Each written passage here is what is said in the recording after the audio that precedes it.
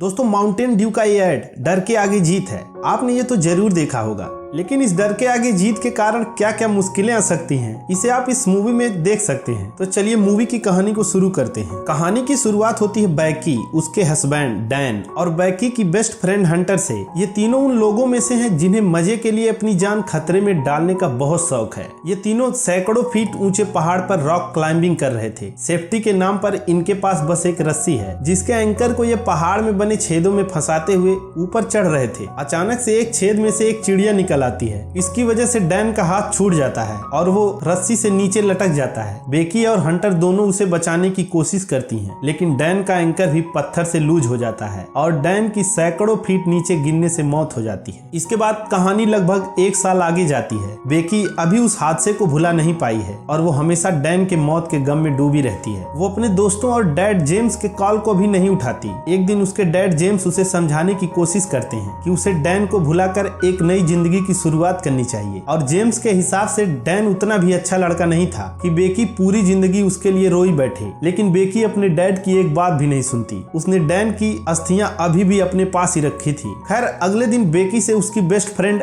Hunter मिलने आती है। हंटर को जेम्स ने ही भेजा था ताकि वो बेकी का मूड ठीक कर सके। हंटर बताती है कि यहाँ से 6 घंटे की दूरी पर डेजर्ट के बीच एक B67 टीवी टावर है जो कि कई सालों से बंद पड़ा है। इसकी ऊंचाई करीब 2000 फीट है और हंटर इस पे चढ़ने वाली है। वो चाहती थी कि बेकी भी उसके साथ चले और अपने डर का सामना करे। वो टावर के ऊपर जाकर डैन की अस्थियां भी स्कैटर कर सकती है। शुरू में तो बेकी साफ मना कर देती है, लेकिन अगली सुबह वो हंटर के साथ चलने के लिए मान जाती है। दोनों टावर के पास वाले एक होटल में रुकते हैं और टावर के ऊपर हमेशा एक रेड लाइट जलती रहती है ताकि ऊपर उड़ रहे एरोप्लेन उससे टकरा न जाएं। बेकी नोटिस करती है कि उसके मोबाइल की बैटरी लो है, तो हंटर उसे एक कमाल का हैक बताती है जो अपने पास लगे लैंप के बल्ब को निकाल कर उसमें चार्जर की पिन घुसा देती है, जिससे बेकी का फोन चार्ज होने लगता है। अगली सुबह बेकी को डैन का एक सपना भी आता है जिसमें हमें पता चलता है कि डैन कभी भी बेकी को आई लव यू नहीं कहता, बल्कि वो सिर्फ उसे 143 ही बोलता था। खैर दोनों टावर पे चढ़ने के लिए रेडी हो जाती हैं। हमें ये भी पता चलता है कि हंटर अब एक यूट्यूबर है और वो अपने सभी खतरनाक कारनामों की वीडियो पैसों के लिए यूट्यूब पर अपलोड करती है। और हंटर को यह भी पता होता है कि वीडियोज पर व्यूज कैसे लाने हैं। हंटर ड्राइव करते हुए ही वीडियो रिकॉर्ड करने में लग जाती है और इस चक्कर में दोनों एक ट्रक से मरते मरते बचती हैं। कुछ देर बाद ये टावर वाले एरिया में इंटर कर जाती हैं, लेकिन उसके आसपास बाउंड्री लगी थी जिसकी वजह से यह दोनों अपने कार को छोड़कर पैदल ही आगे बढ़ने का फैसला करती हैं। रास्ते में ये 2 गिद्धों को देखते हैं जो कि एक हिरन को खा रहे थे, जबकि वो हिरन अभी जिंदा ही था। बेकी को यह देखकर बुरा लगता है, जिस पर हंटर कहती है कि यह कुदरत का नियम है, जो ताकतवर होता है वही जिंदा रहता है। अगर तुम भी इन गिद्धों की तरह भूखी मर रही होती तो तुम भी यही करती। इसके बाद हंटर उस हिरन का फोटो खींचकर इंस्टा पर डाल देती है, जिसके बाद उसे ढेर सारे लाइक्स मिलते हैं। अब दोनों टीवी टावर तक पहुंच जाती हैं और इसे देखने में ऐसा लग रहा था मानो ये टावर बादलों में घुसा जा रहा है। टावर की ऊंचाई देखकर बेकी डर जाती है, लेकिन हंटर उसे इनकरेज करती है और दोनों टावर की चढ़ाई शुरू कर देती हैं। टावर में 1800 फीट तक अंदर की ओर सीढ़ी लगी हुई थी और फिर उसके बाद 200 फीट तक सीढ़ी बाहर की ओर लगी थी। बहुत पुराना था और उस पर जंग लगा था, जिसके कारण उसके पुर्जे पुर्जे से आवाज आ रही थी। एक सीढ़ी तो निकलकर बेकी के हाथ में भी आ जाती है, लेकिन हंटर इस पर बिल्कुल ध्यान नहीं देती। दोनों के बीच में एक 50 फुट लंबी रस्सी बंधी हुई थी ताकि अगर कोई एक नीचे गिरे तो दूसरी उसे संभाल ले। ये दोनों बीच में रुककर एक वाटर ब्रेक लेते हैं और अब तक यह एफिल टावर जितनी ऊंचाई पर चढ़ चुके थे। कुछ ही देर में ये दोनों पहला लेवल यानी 1800 फीट तक पहुंच जाते हैं और यहाँ से इन्हें पूरा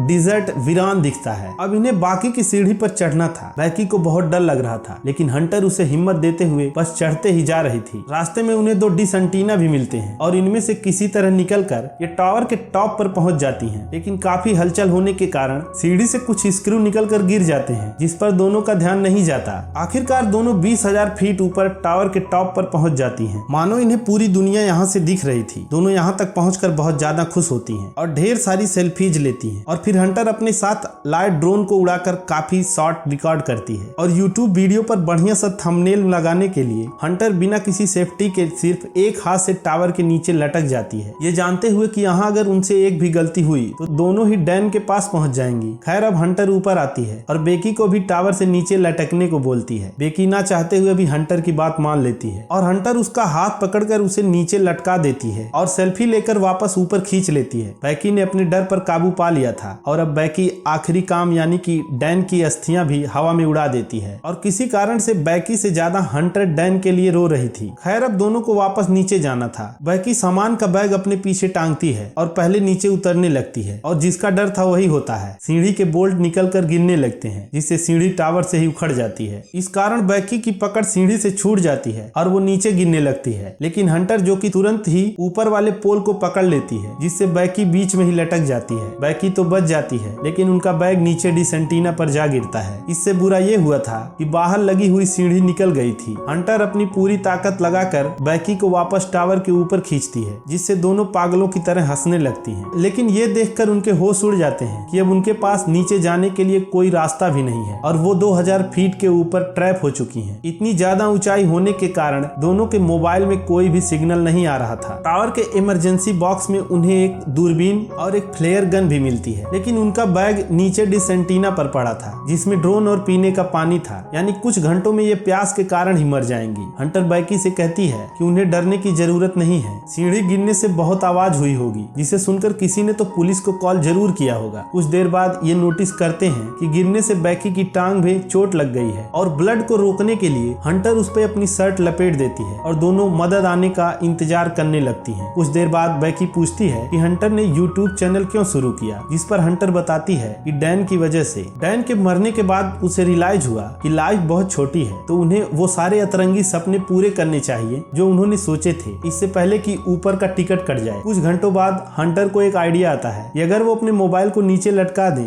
तो शायद उन्हें सिग्नल आ जाएगा। अब हंटर अपना इंस्टा पर हेल्प का मैसेज पोस्ट कर देती है क्योंकि उसके ढेर सारे फॉलोअर्स हैं और मोबाइल को अपनी रस्सी में बांधकर 50 फीट नीचे लटका देती है। जब उन्हें पोस्ट अपलोड होने का कोई साउंड नहीं आता तो हंटर खुद ही नीचे लटक जाती है, लेकिन फिर भी कुछ नहीं होता तो वो मोबाइल को वापस खींच लेती है। अब बेकी कहती है कि अगर वो हंटर के मोबाइल को नीचे फेंक दे तो जमीन पर पहुंचती ही उसमें पोस्ट अपलोड हो जाएगी। अब मोबाइल बिना टूटे नीचे पहुंच जाए इसके लिए हंटर अपना एक जूता निकाल कर उसमें मोबाइल डाल देती है और कुशन के लिए उसमें अपना मोजा और पुशअप ब्रा भी घुसा देती है। उसके बाद वो लोग जूते को नीचे फेंक देती हैं, लेकिन मोबाइल नीचे गिरते ही टूट गया और एकदम से बेकार हो गया। कुछ देर बाद बेकी नोटिस करती है कि हंटर के पैर पर 143 का टैटू बना हुआ है। वो कुछ बोलती उससे पहले हंटर को नीचे जमीन पर एक आदमी दिखाई देता है और वो दोनों उसका ध्यान खींचने के लिए चिल्लाने लगती हैं, लेकिन उनकी आवाज उस आदमी तक नहीं पहुंच पा रही थी। बेकी अपने दोनों जूते निकाल कर नीचे फेंकती है, लेकिन फिर भी वो आदमी उन पर ध्यान नहीं देता और वहां से जाने लगता है। अब बेकी फ्लेयर गन चलाने को बोलती है, लेकिन हंटर उसे मना कर देती है क्योंकि दिन में फ्लेयर उसे दिखाई नहीं देगा। बाद में वो दूरबीन से देखते हैं तो पास में एक खड़ी कार भी होती है जिसमें उसका एक दोस्त रहता है, मतलब कि आज उन दोनों लोगों का पार्टी का इरादा है। अब हंटर और बेकी अंधेरा होने का वेट करने लगती हैं। बेकी अपनी शादी का वीडियो देख रही थी और तभी वो नोटिस करती है कि हंटर उसकी शादी के टाइम में अपना मुंह लटकाए हुए है। अब रात होते ही बेकी उस फ्लेयर को चला देती है और दोनों आदमी उसे देखकर समझ जाते हैं कि कोई टावर के ऊपर फंसा हुआ है और वो अपने आप ही उस कार तक पहुंच आते हैं। ये देखकर बेकी और हंटर खुशी से नाचने लगती हैं, लेकिन ये दोनों आदमी कोई भले लोग नहीं थे,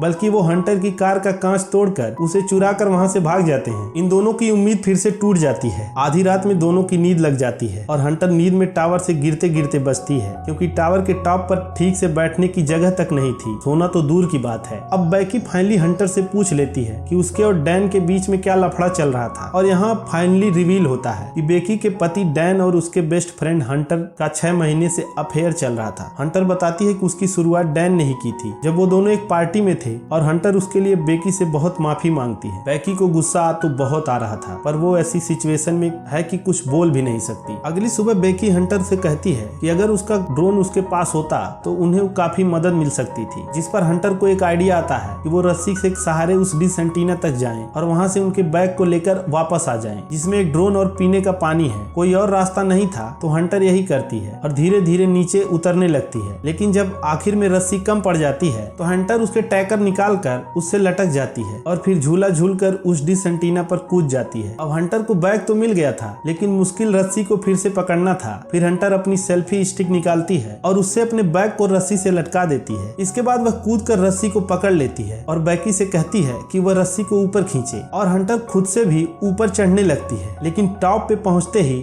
हंटर जैसे ही सीढ़ी को पकड़ने की कोशिश करती है उसका पैर फिसल जाता है और वो नीचे गिर जाती है। अब बेकी बहुत ही डरते हुए नीचे देखती है और चैन की सांस लेती है क्योंकि हंटर अपने बैग पर ही गिरी थी और अभी तक जिंदा थी। रस्सी से हंटर के हाथ कट गए थे तो बेकी अपनी पूरी ताकत लगाकर हंटर और बैग को ऊपर खींच लेती है। इसके बाद वो बैग में से बोतल निकालकर पानी पीती है पर उसमें खाने के लिए कुछ नहीं होता है। फिर बेकी एक कागज पर हेल्प का मैसेज लिखकर उसे ड्रोन में फंसा देती है और फिर उस ड्रोन को उड़ाकर पास वाले उसी होटल तक पहुंचाने की कोशिश करती है क्योंकि वहां कोई न कोई तो उसे देख ही लेगा। लेकिन आधे रास्ते में ही ड्रोन की बैटरी लो हो जाती है। अगर उसे वापस नहीं बुलाया तो वो डिजर्ट में ही गिर जाएगा, इसलिए बेकी ड्रोन को वापस बुला लेती है। इस तरह दूसरा दिन भी ढल जाता है और बेकी को पूरा यकीन हो जाता है कि दोनों भूखी ही यहीं मर जाएंगी। आधी रात को बेकी को एक सपना आता है कि हंटर पर गिद्धों ने अटैक कर दिया है और वो उसको शरीर को खा रहे हैं, बट ऐसा कुछ भी नहीं था। और अपने ऊपर चल रही रेड लाइट को देखकर बेकी के दिमाग की बत्ती जलती है क्योंकि बेकी ने हंटर को बताया हुआ था वही लाइफ हैक का यूज करके वो ड्रोन की बैटरी को चार्ज कर सकती है। सुबह होते ही बेकी उस पोल पर चढ़ने लगती है और हंटर उसे नीचे से हिम्मत देती है। इसी तरह बेकी उस पोल के ऊपर भी पहुंच जाती है और फिर उस लाइट में लगे बल्ब को निकालकर उसमें ड्रोन का चार्जर डाल देती है, लेकिन चार्जर सॉकेट तक नहीं पहुंच पाता। तो बेकी उसमें अपने वेडिंग रिंग को डालती है जिससे चार्जर में करंट आने लगता है और ड्रोन चार्ज होना शुरू हो जाता है। लेकिन होटल तक पहुंचने के लिए ड्रोन का बैटरी फुल चार्ज होना चाहिए, जिसके लिए बेकी को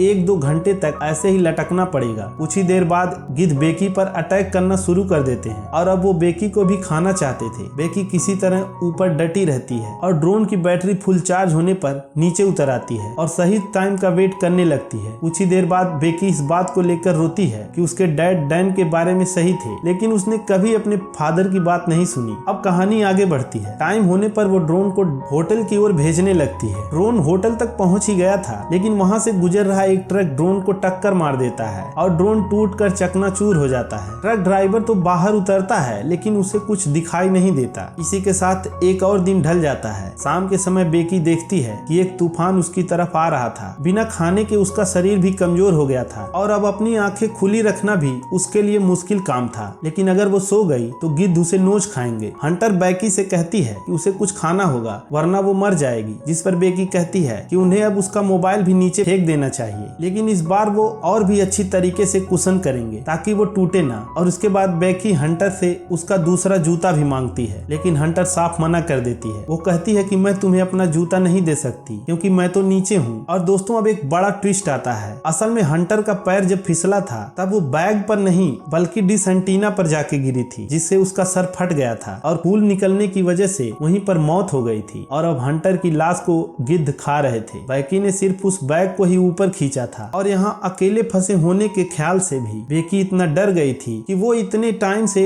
हंटर को अपने साथ इमेजिन कर रही थी, जबकि असल में हंटर मर चुकी है। बेकी अब ये रियलाइज करके रोने लगती है और एक रात और गुजर जाती है। उधर उसके डैड जेम्स बेकी को कॉल करके परेशान हो रहे थे और बेकी अपने फादर से माफी मांगते हुए एक वीडियो भी रिकॉर्ड करती है। अगली सुबह तक बेकी थक चुकी थी और ये देखकर गिद्ध उसे खाने के लिए उसके पास आते हैं और उसकी टांग को नोचने लगते हैं। लेकिन तभी बेकी एक गिद्ध की गर्दन पकड़कर उसे मरोड़ देती है और फिर मजबूरी में उस गिद्ध को ही खा जाती है, जिससे उसे थोड़ी ताकत मिलती है। अब अपने मोबाइल को नीचे गिराना ही बेकी का आखिरी ऑप्शन था। हंटर का जूता लेने के लिए बेकी उस रस्सी से धीरे धीरे नीचे उतरती है और फिर उस डिश एंटीना पर कूद जाती है और हंटर की लाश पर गिद्धों को भगा देती है। उसने अपने फादर को हेल्प का मैसेज कर दिया था जो नेटवर्क मिलते ही डिलीवर हो जाएगा। अब बेकी हंटर का जूता निकालकर उसमें अपना मोबाइल डाल देती है और फिर उस जूते को हंटर के लाश में घुसा देती है जहां से गिद्ध उसे खा रहे थे, क्योंकि किसी बॉडी से अच्छा कुशन और क्या ही होगा। इसके बाद बेकी हंटर की डेड बॉडी को नीचे फेंक देती है और डिश एंटीना पर ही बैठकर अपना आखिरी समय गिनने लगती है। आखिर में मैसेज बेकी के डैड को मिल जाता है और वो तुरंत ही पुलिस को लेकर उस टावर पर पहुंच जाते हैं और वहां पर पड़ी लाश को देखकर वो रोने लगते हैं। लेकिन असल में वह लाश हंटर की थी और बेकी को सही सलामत नीचे उतार लिया गया था। बेकी अपने डैड से माफी मांगती है और प्रॉमिस करती है कि अब वो रोना धोना नहीं करेगी और इसी के साथ ही यह मूवी एंड हो जाती है। तो दोस्तों आपको यह फिल्म कैसी लगी कमेंट में जरूर बताएं और अगर आप हंटर और बेकी की जगह होते तो क्या आइडिया लगाते ये भी कमेंट में जरूर लिखें। और लास्ट में मैं एक ही सलाह देना चाहूंगा कि हंटर जैसे दोस्तों से हमेशा दूर रहें। खैर जो भी हो, आप इस वीडियो को लाइक और चैनल को सब्सक्राइब जरूर करें। धन्यवाद।